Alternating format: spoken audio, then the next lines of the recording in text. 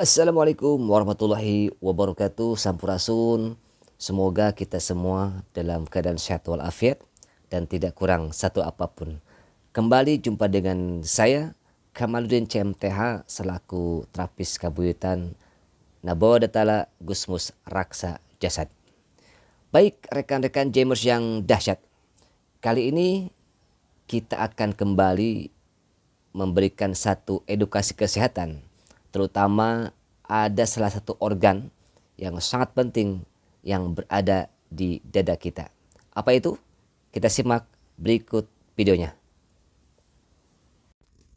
Paru-paru terletak di dalam rongga dada atau toraks, tepatnya di bagian kiri dan kanan jantung, terlindungi oleh tulang rusuk dan dipisahkan dari rongga perut oleh diafragma atau otot yang membantu proses pernapasan.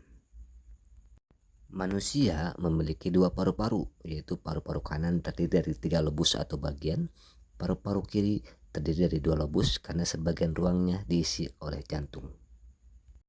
Sedangkan fungsi utama paru-paru yaitu pertukaran gas atau pernapasan eksternal, mengambil oksigen atau O2 dari udara dan memasukkannya ke dalam darah, mengeluarkan karbon dioksida atau CO2 dari darah untuk dikeluarkan lewat nafas. Lalu kemudian proses kerja paru-paru, udara masuk melalui hidung, kemudian ke trakea, ke bronkus, ke bronkiolus, alveolus atau kantung udara kecil. Di alveolus inilah oksigen diserap ke darah dan karbon dioksida dikeluarkan ke udara. Darah yang kaya akan oksigen dialirkan ke seluruh tubuh oleh jantung.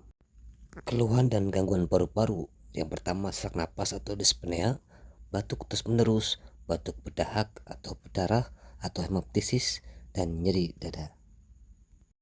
Lalu kemudian bunyi napas tidak normal atau mangi atau ronki, demam dan menggigil, penurunan berat badan tanpa sebab yang jelas, kelelahan atau lemas yang berlebihan.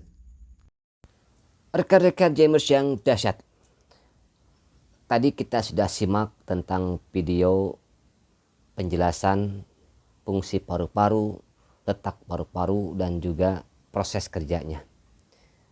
Sebagaimana tadi dijelaskan bahwasanya paru-paru itu berperan aktif mengambil O2 dari alam atau oksigen, dimasukkan ke dalam darah. Nah, dari darah dialirkan ke seluruh tubuh sehingga tubuh kita semuanya memiliki oksigen.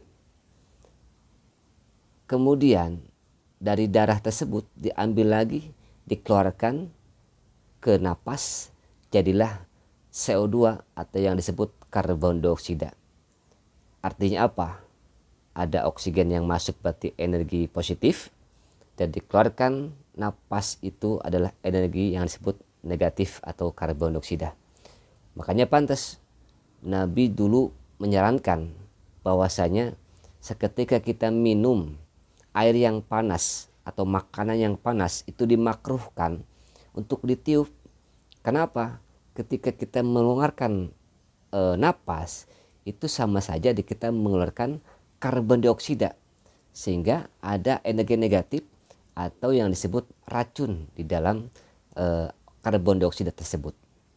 Nah, ini sangat erat kaitannya dengan pembahasan di mana dulu Nabi telah menyebutkan bahwa itu adalah makruh.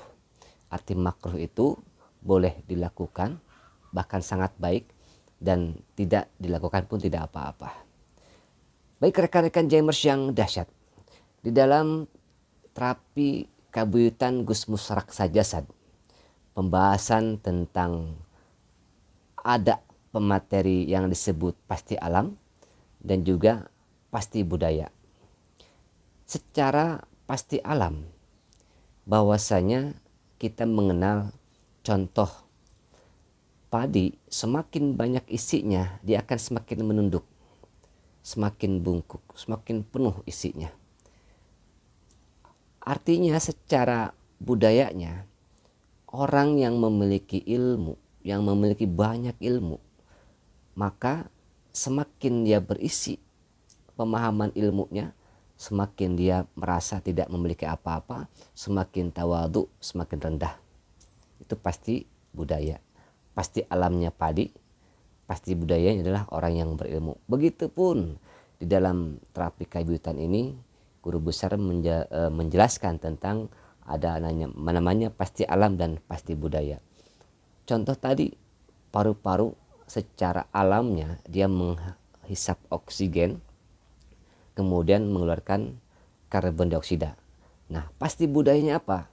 Secara pasti budaya, paru-paru itu adalah perlambang pendidikan rekan-rekan sekalian, atau yang disebut dengan ilmu pengetahuan. Artinya, pasti budaya secara paru-paru itu mengambil nilai-nilai yang positif, nilai-nilai yang baik dengan sukarela, kemudian mengeluarkannya nilai-nilai yang tidak baik. Kita ambil ilmu yang baik, kemudian kita buanglah ilmu yang tidak baik. Artinya sesuatu yang kita dapatkan itu, entah itu ilmu pemahaman, kalau toh itu bermanfaat, kita bagikan kepada yang lain. Tapi kalau tidak bermanfaat, jangan rekan-rekan sekalian. Nah, kemudian oksigen itu melambangkan yang disebut dengan harapan baru, impian baru.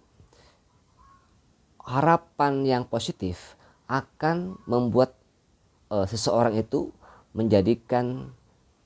memiliki semangat baru dan akan membuat hidupnya lebih bergairah dan juga bahagia. Kehilangan harapan akan membuat manusia tidak bergairah dan tumpukan masalah akan menjadikan belenggu di dalam kehidupannya. Terima kasih. Itu saja mungkin tentang edukasi kesehatan kali ini. Kita nanti jumpa lagi di video selanjutnya. Wassalamualaikum warahmatullahi wabarakatuh.